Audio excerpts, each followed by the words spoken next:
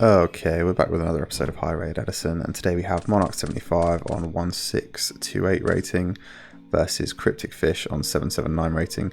So Monarch 75 quite deep into the top 100, Cryptic Fish trying to break through, but I wanted to feature this because of the deck that they're on. We've seen Cryptic Fish on the channel before when they were a bit higher rated, and the deck is really cool. So opening hands are Salvage, Crow, Vanity's Fiend, Soul Exchange, and Caius. So probably some kind of Frog Monarch, Frog Control, or maybe even Frog combo deck. The Dark Creator, Gale, Witch of the Black Rose, we'll talk about that in a second, Necro Gardener, Super Nimble Mega Hamster, and Gauze. So this is the Monster Mash deck that Cryptic Fish has been playing for a while now. So if you're not sure how this works, it's a deck of all monsters and sometimes maybe like a Heavy Storm. But the way it works is that there's lots of effects in the deck, Witch, Gallus, etc., that it require you to be playing all monsters to ensure they go off. So this one is a good example. Can't be special summoned if this card's normal summoned and you control no other cards. Draw a card, show it, and then if it's not a monster, send it to the graveyard and destroy this card. If not, you just get to keep it in hand. So effectively, it's like a upstart goblin monster now in this deck with 1700 attack. And a lot of the time you're using it with Gallus and you're setting up synchro plays. So let's see how it goes for them. Just going to start with set Hamster and pass, draws into another copy of Soul Exchange. Going to Soul Exchange the set for the Vanity's Fiend. That's pretty brutal. That's pretty brutal. Or rather, it would be if we didn't have Gale in hand. Draws into the Phantom now. So Gale coming down and then going to be over. Yeah, I mean, that's one way to do it. Draws into the Swap Frog now, yeah, so it has got the Frog package in. So Swap Frog dumping Treeborn, bounce back to hand and passing. Draws into Greffa now. Okay, Greffa's good. So Greffa going to pitch Necro Gardener, dump Plague. They're going to get in for some damage. Yeah. Monarch has got the Crow, but, you know, I feel like this is kind of fine from where they are. Also, if the Greffa survives, they've got the option to dump more next turn. So passes, draws into the 1/1. So Treeborn going to come back now. I'm going to Soul Exchange the Greffa, summon out the Caius and banish the Gale. It's going to do 1000 damage and get in for the attack. Okay, thinking about whether or not they want to do more. So, oh, okay. The timing on this is terrible. Hang on a second.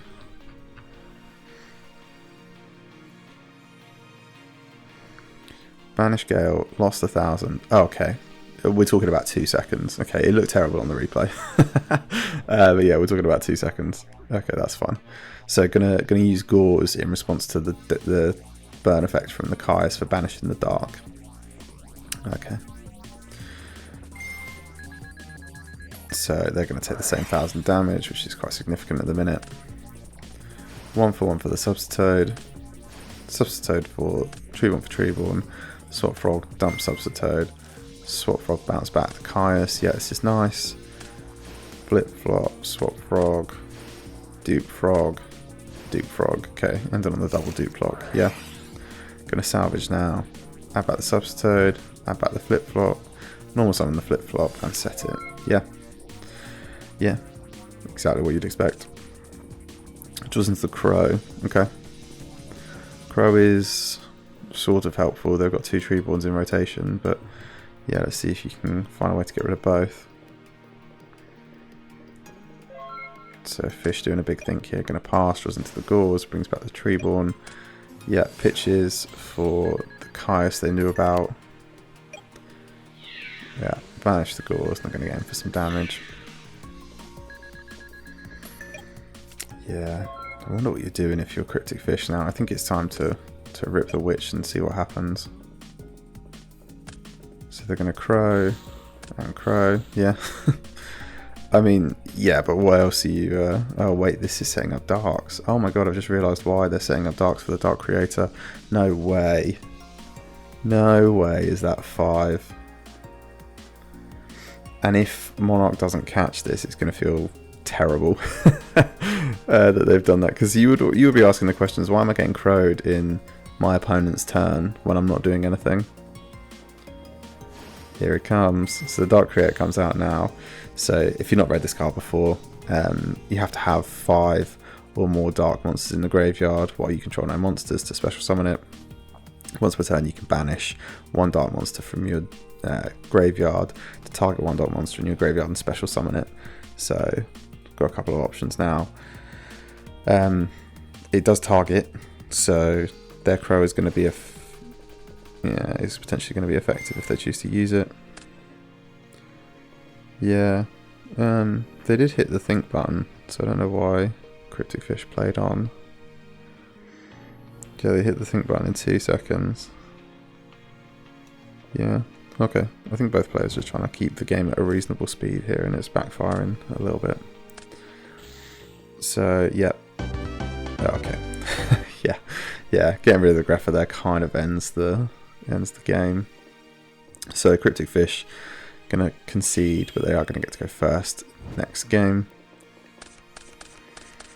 So Gallus is the other one we were talking about earlier. Opening hands are Machina Force. Okay, so there's Machina in this as well. Maybe it's just a smokescreen side. Soul Exchange, MST, Heavy Storm, and Caius.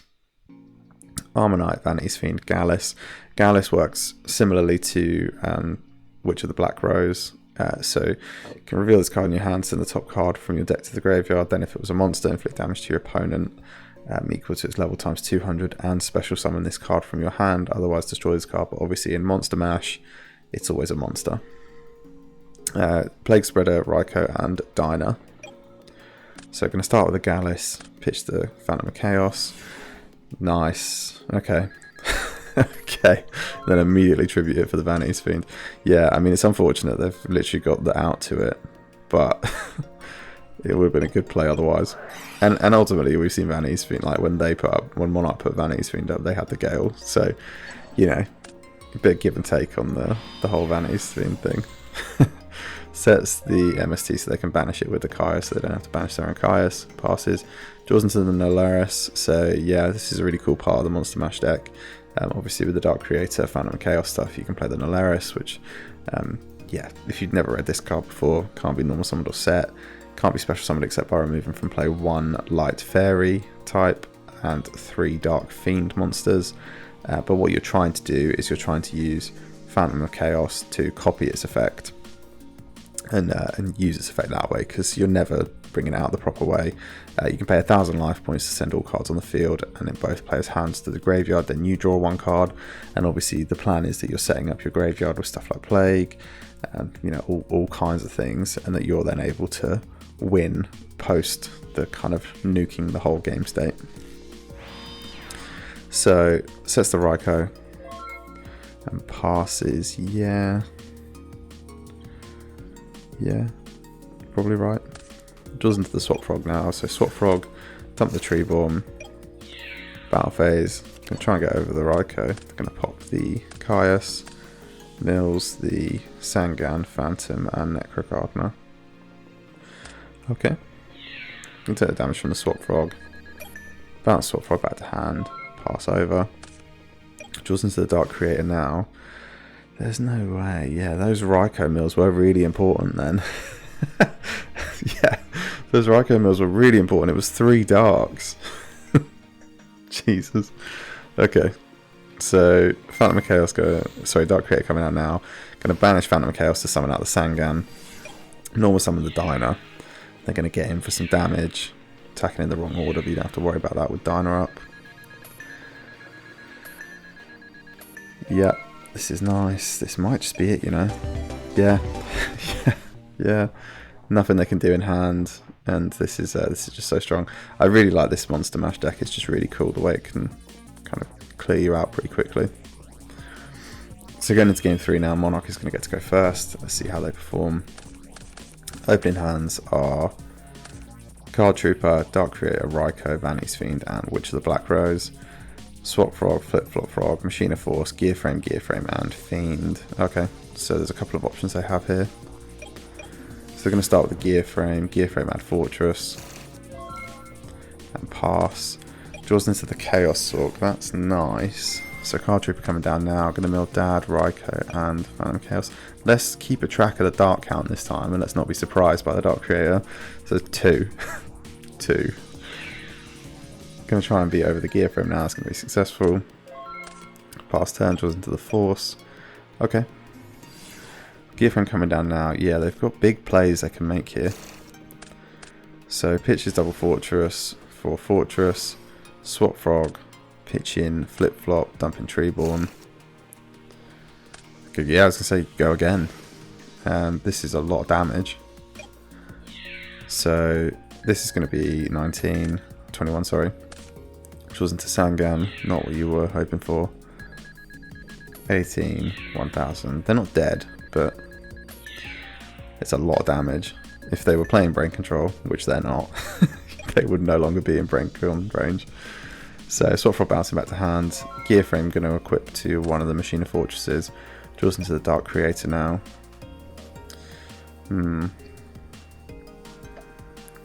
2 darks and grave. They have got a dark and a light for Chaos Sork, which is good because you could Chaos Sork set the Raikou and see if you survive the turn.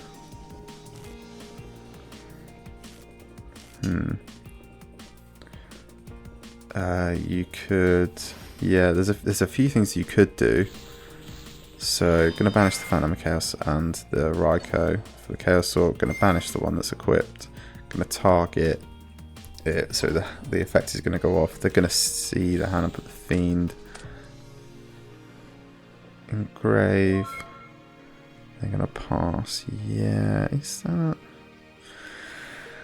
Yeah, I think that's reasonable. You had to Sork. You had to do this, but you really didn't want to give away your hand. And actually, they put a Dark Engrave for you. So handy that. You didn't give them a choice, actually, which I guess is why they set the Raikou before they went off. Yeah, nice. So Fortress and Treeborn Frog now on field. Going to tribute the Treeborn for the vanities.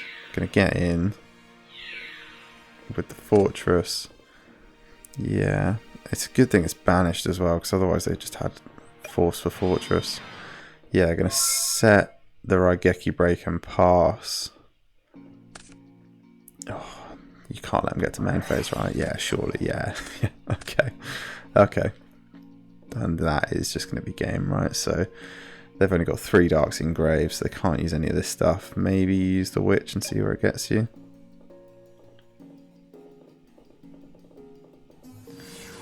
Or the Phantom of Chaos. What can you call? Oh, yeah, actually. I'm an idiot. Yeah, this is definitely what you do. Yeah. Yeah, do this for Dad. Pop, pop.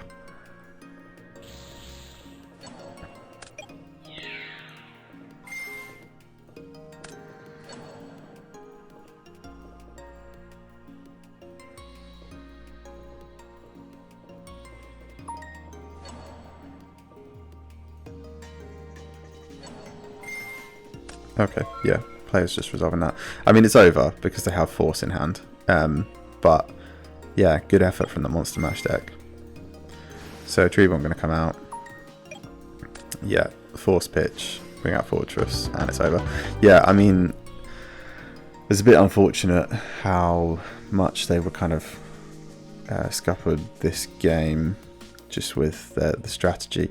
I think so. Here's what I think about Monster Mash, right? So it's a really cool deck. The whole Dark Creator, Nalaris, like Puddle, Phantom of Chaos, like stuff is really cool. It's really cool, and it's really kind of swingy when they've set it up right, and they can go off. It's just so difficult to stop it, because look at the effects they're able to copy. It's stuff like Dad.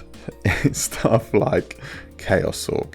Do you know what I mean? It's all these incredible dark monsters, Nalaris, you know, all this stuff they're able to copy, and you're just not able to play around that.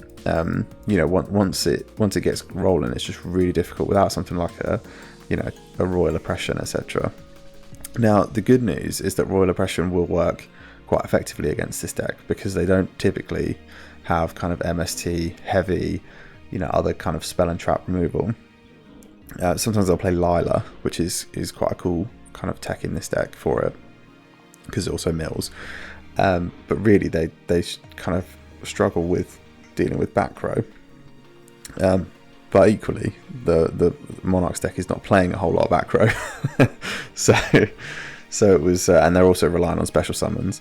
So the monster outs for like Vanity Sphere and stuff, this deck is fine with. Cryptic Fish is doing well on ladder. They're higher ranked than most. They've been at least near the top 100. I don't know if they've ever been in it, but I've seen them near the top 100 with this deck. So it's clearly working in some capacity, but it does just feel like sometimes it's slow to set up, and it will struggle to out kind of a lot of the back row techs that most of the decks are playing, not Monarchs. This deck's really cool. Obviously it's like Machina smoke screen in from the first game, which is really cool. And obviously it's a lot of the fun cards from the Edison format, so I completely understand why they're playing it. I would have liked to have seen Cryptic Fish get a little bit further in the games they didn't win, in terms of kind of bringing out and getting their combo online, but it does just take a while to set up. Both players I think played this really well. No real notes on that. Just a bit unfortunate with the draws on this side slightly, and the fact they had to keep banishing their own kind of graveyard to survive. They never really got a chance to get out, and this deck is just so much faster when you draw into a hand of Machina cards. And Fortress, still a hell of a card in Edison. Seeing the hand, ripping the hand when it's targeted, and that's all this deck can really do. So yeah, it's just kind of a good counter to everything Cryptic Fish was trying to do. But yeah, really solid match to watch. I love seeing this deck in action. Hopefully we'll see Cryptic on the channel again soon.